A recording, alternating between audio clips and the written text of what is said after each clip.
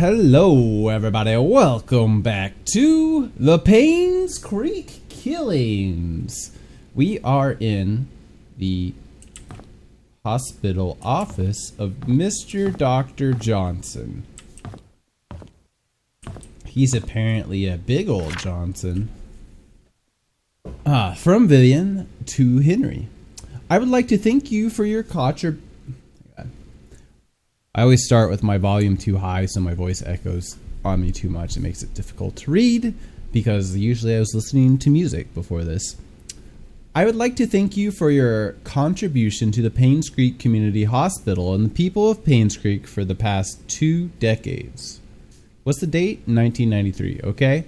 Vivian, at this point, has killed Sophia with Dr. Johnson, notably, so, okay.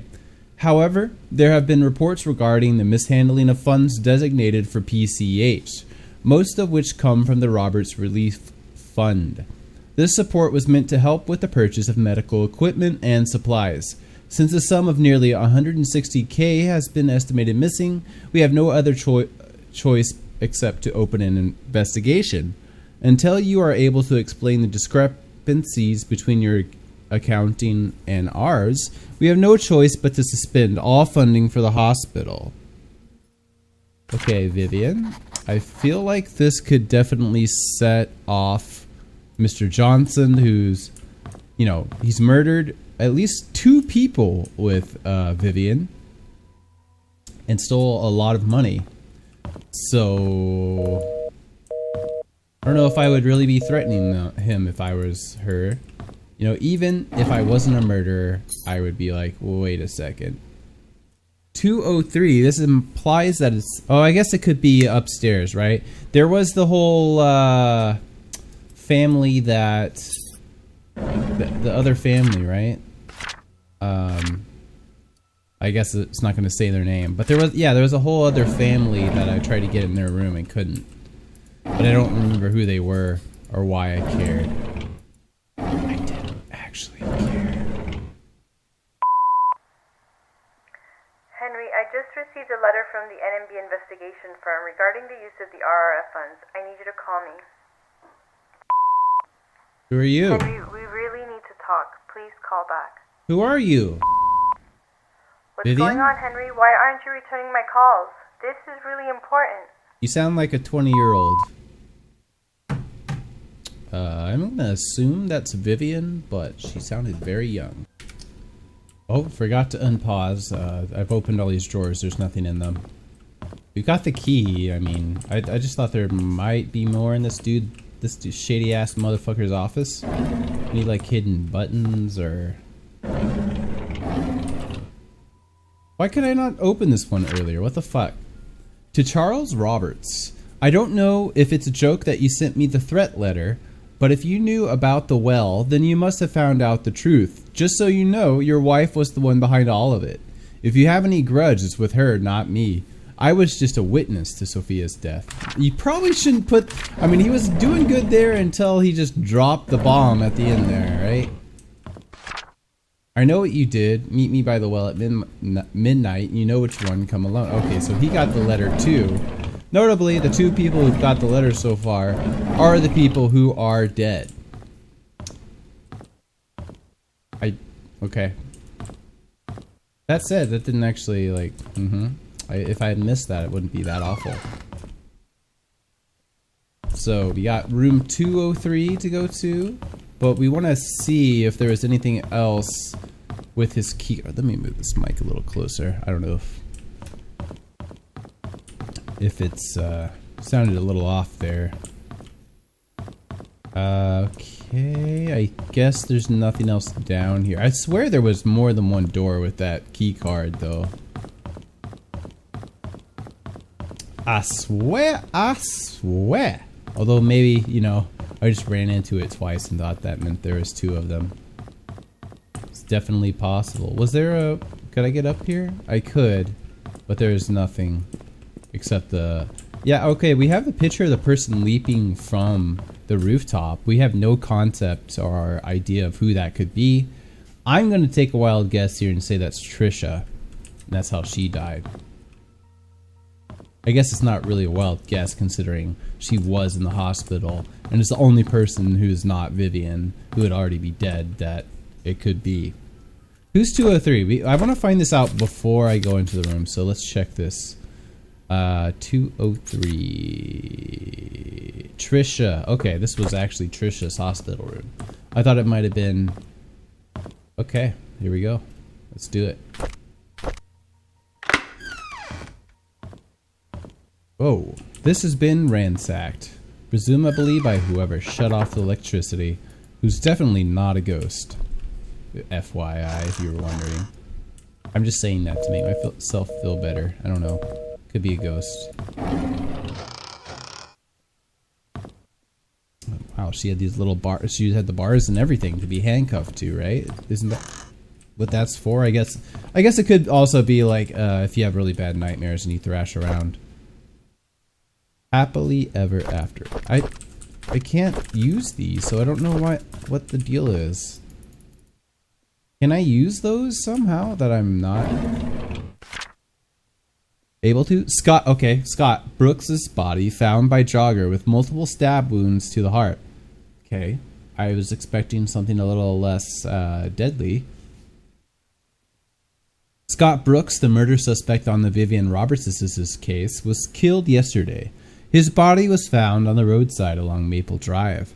At around 6:50 a.m., a jogger happened to see a body lying motionless on the side of the road, behind the bush while doing his morning run. Maple Drive, behind a bush. He stopped to check if the person needed help, only to notice that the body was covered in blood. He immediately called 911. The police arrived shortly at around 7 a.m., and victim was pronounced dead. The time of death was predicted to be about 4 to 6 hours ago, putting the time of death between 1 and 3 a.m. on November 16th, 1995. Questions have been raised pertaining to the murder of Vivian Roberts, especially since Scott was released from prison, etc., because we don't care about the rest. A room key. A room key in the mansion, presumably. Wait, was this... This is Dorothy? Okay. I thought we were done with her. Yesterday, on hearing that Scott was apprehended for the murder of her mother, Trisha collapsed. The hospital called this morning to inform us that it was just a nervous breakdown. However, they have suggested that she should stay there for another few days. Charles is asking me to stay by her side. It was only after Scott was apprehended, not her mother's actual death. It rained today. Trisha has always hated the rain. She stayed in bed, tucked under the blanket, nearly the entire day. Here and there, she mutters Scott's name out loud. She's cried herself to sleep a few times. It pains me to see her like this. Do people really like each other this much? Like, I see it all the time in TV shows, movies, but like, come on. Like, yeah, okay. So you love someone and maybe he murdered your mother. Do you say his name while you're asleep? Is that something that you do? I understand freaking out, but like, I mean, I don't know. Maybe she's already mentally unstable. Charles visits Trisha almost every day. Today, or maybe I'm an unfeeling bastard. So there's that too. Just thought I'd throw that, the obvious other option out there. Today he was quieter than usual. All of a sudden, he told me that Vivian had been seeing another man, apparently a banker, scratch, scratch, scratch, for more than a year. He asked me if Vivian ever talked to me about it. I said I didn't know anything, but was sure that Vivian would never have done such a thing. Then I realized that Trisha was awake. I'm not sure if she heard our conversation. Sheriff Howard came... Wow. My voice did something weird there. Sheriff Howard came today. He asked me if I remember seeing anything suspicious the night Vivian died. I've already told him everything I know. It's frustrating to be asked over and over about things that I just want to forget. Before he left, I asked if Scott could really be the killer.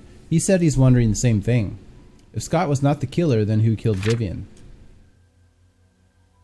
Old Derek. Derek But Derek doesn't actually have a motive to kill Vivian. She actually has a motive to like Derek over Scott. Derek came by to see Trisha. I asked him how he was doing. I mean, he does have the motive, I guess, of framing Scott for the murder. Therefore, Trisha running to him. Derek came by to see Trisha. I asked him how he was doing. He said that the medical expenses for Wanda were more than he expected. It should never be more than he expected. If anyone I know is hospitalized, including myself, I fully expect it to cost millions and millions of dollars. I've never been to the hospital. No one I'm close to, thankfully, has ever been hospitalized, so I don't have any concept of that, but I fully expect it to be millions of dollars. I think it's probably more accurate to be like hundreds of thousands of dollars or 5 digits, but I expect millions. Even with Charles' sister's help, he's been forced to use up most of his savings.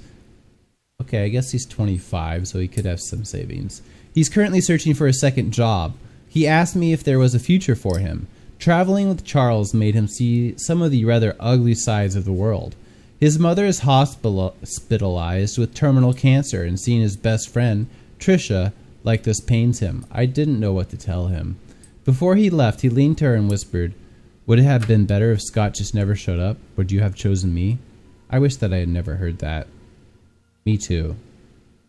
Me too. You fucking weird creep. You fucking weird creep. I mean, come on. Again, I know, like, people get obsessed with people in real life. That's a thing. I've had my own stalker, believe it or not. However,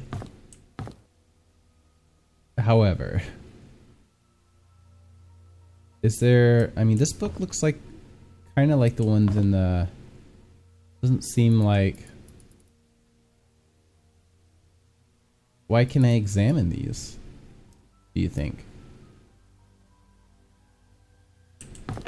Whatever. Okay, the fucking bathroom is goddamn locked. Are you fucking with me right now? It doesn't look like I can unlock it either. Okay, at least I can't unlock it. Or maybe I can. I don't know.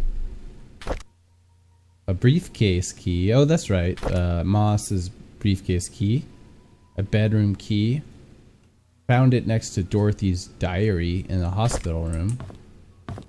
Is that this key? It's gotta be, right? But I don't... What?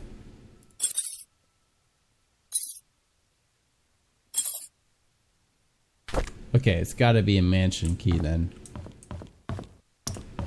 It's gotta be. It has gotta be.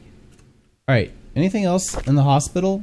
I guess I can look around the second floor for another... Oh, okay. For another key card just to be sure, but I don't think there's really anything else here.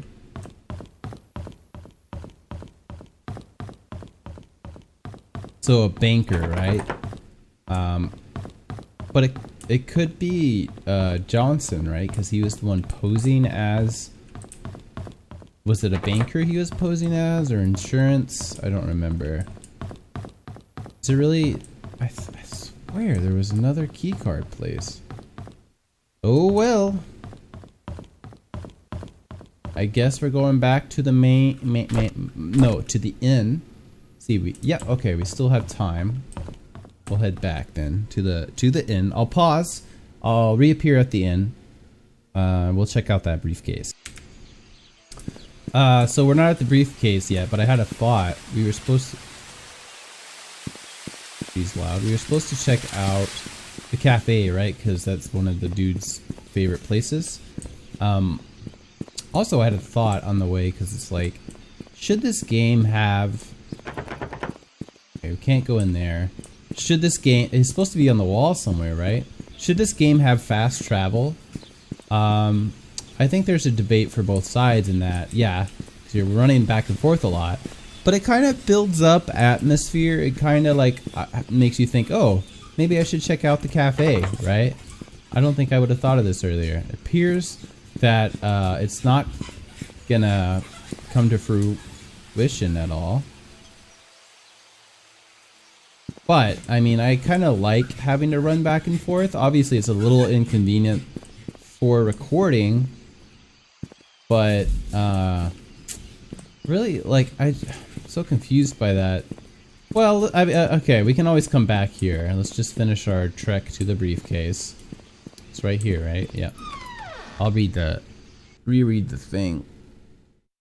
I mean, why would it tell us that otherwise if it's not going to be important? But yeah, I mean, I kind of like it. Even if they're not going to throw something at you, some kind of weird, crazy event is going to happen, which it shouldn't, because this game has not been that to this point. But, okay, I was about to say, is the briefcase not here? What the fuck?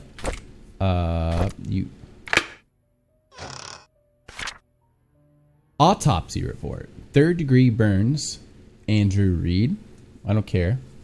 44-year-old white man with burns. Found at home. Pronounced dead at the scene. Okay. Closer inspection reveals punctured lungs with an object similar to a switchblade. Okay. Henry Johnson, 61-year-old white male, pulled out of a car submerged in a lake. Victim's lungs do not contain water, which shows that he did not die by drowning. Due to the prolonged submerging of the body in water, the estimated time of death might not be accurate. Estimated time of death is between 12 to 16 days. Top right. So far, like, the dates haven't been super important. Timeline and all that. Top right of the skull is leaning towards the front, and above the right eye has a wide crack, usually caused by a sharp object and a strong force. Front torso, face and back portions of forearm suffer numerous lacerations. Yeah, I think it's pretty clear Charles probably kills him. I don't think there's any way it's not the case. 55-year-old white female found lying in front of mansion gates, pronounced dead at the scene. Crack found on the right side of the head, similar to Henry. Lacerations on front torso and back sides of both forearms, so not the axe. Seems like Bernard. Okay. So Bernard probably killed Scott, right? So he was obsessed with Vivian. Vivian gets murdered. They believe it's Scott. Scott gets less free. Bernard goes and kills him. That's my theory on that. The code for Charles is this safe in the gallery is Vincent's birthday. Okay. Vincent's birthday. We know that. Vincent's B-Day, but I'm going to have to hunt it down. Call Sheriff James. Check his file, 7741. Okay, that's going to be the code to the file cabinet at the sheriff's place. Is that a... Oh, the dartboard. Okay, so let's write this down. Fuck. How am I going to write this down? I'm going to have to... Okay, I'm going to have to pause and pull up the fucking dartboard scoring thing again. Okay, so... The Reds is 60, 50, 36, which adds up to 146. Yellow's still 9. 146 minus 9 is 137. Hopefully, that's all correct and I don't sound like an idiot. So that should be the code, 137. That's in Bernard's place. Alright, so we're going to just really quickly run to Bernard's, put in the code. Figure out what's going on there. Go to the safe. Figure out Vincent's birthday. Put in that code. What is the 7741 code? Stephen Moss. Oh, it's the file cabinet for the sheriff. We gotta go there too. Alright, well, let's quickly. I'm running. No, it's so far. Fast travel. No, I said it might be okay for you not to be here, but now I want you here. Oh, the humanity. No.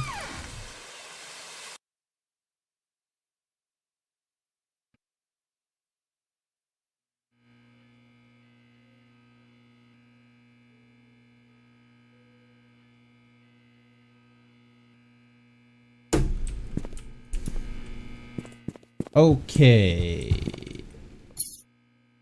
7, 4. Oh. Start from the bottom. Oops. That's not what I wanted to do. A car key. I don't think I need that. Oh, yeah, for the dashboard. Right. Vivian Roberts' murder case. Record of alibi. Interview to Charles Roberts. I wasn't here when my wife was killed. I left for New York on July 18th to attend a conference meeting that was supposed to last for 3 days. I was supposed to be back on the weekend. On the morning of July 20th, however, I received a phone call from our butler, Bernard, informing me that Vivian had been murdered. I could not believe what I heard. I cut my short trip and immediately came back. Matthew Brooks. There is an annual religious gathering event in Hartford where pastors from different churches in our state's vicinity meet and discuss what we can do to help our society. The event started on July 18th and ran for 5 days, so it ended on July 23rd. I represent Painscreek Trinity Church at the event. Our church can confirm this. We didn't think it was Matthew anyways. Bernard, I was preparing for the fundraising event when I felt sick. However, there was no one who can really do my job, so I kept working. At about 9 in the evening, I was too sick to continue, so I bid Vivian goodnight and headed back home. Dorothy Patterson saw me leave. No, there's no one else that lives there. I live alone. Bernard, obviously the main suspect currently. Second maybe being Derek. Dorothy, yes, Bernard was not feeling well that day, so he left slightly earlier than usual. However, he finished his work before he left. When I saw how sick he appeared, I wondered how he could have kept on working. Well, I guess that's why the Roberts family trusts him so much. Me, I was around the mansion most of the time, either preparing the food or making sure that the other maids were doing their jobs. I just can't believe they have so much work to do. The fundraising event, which was to be held the following day, was important to Vivian. So we were all making sure that everything would be perfect by the time Mary left. It was already past midnight. I locked the doors and then went home myself. No, I live alone. Mary Martinez, who sort of just like disappeared story-wise. My name is Mary Martinez. I had been working in the kitchen for the past few days for the upcoming fundraiser event. Jimmy's Bakery was supposed to deliver the cakes, but a few days before the event, they called to inform us that they can't make it. Suddenly, I was in charge of the cakes. I was so mad because we didn't have much time, and this event was supposed to be extremely crucial for Vivian's business. But after hearing that Vivian was murdered, all my anger and work just sort of became irrelevant. That's not an alibi, by the way. That's not an alibi. That's not an alibi. That's not an alibi. That's nothing to do with an alibi. Okay, Derek. I remember dropping Mr. Roberts off at the airport on July 18th at around 2 p.m. I was supposed to come back after that to drive around for Vivian, but she told me to take a break since I haven't had a day off for quite some time. It was driving someone somewhere so difficult. I decided to visit a friend of mine who was moving upstate to West Dakota. What sort of friend? An elementary school buddy that used to live here, but moved when he received a scholarship. I stayed at his place for a few days. Yes, he can vouch for me. I have his number at home. I can give it to you later. Derek never gave me the number. Okay, so the two people who are most suspicious did not have an alibi. To Sheriff Howard, the crack in Vivian Roberts' skull shows that the weapon used is an object with a heavy and sharp end, something like an axe. Okay. To cause a crack that big, the attacker must be rather strong. I'm assuming it's a man. The victim must have been facing the attacker, showing that she tried to block the attacks. The fatal strike landed on the right side. This clarifies the following: that the victim was facing the killer, that the killer is strong enough, that the killer is left-handed. Okay. Left-handed. That's like the first real actual clue we have.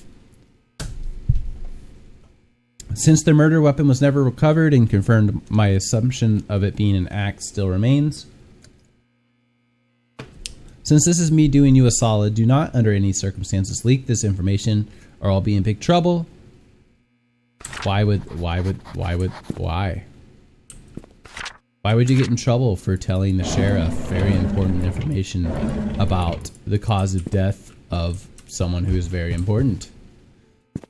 That seems like a weird thing.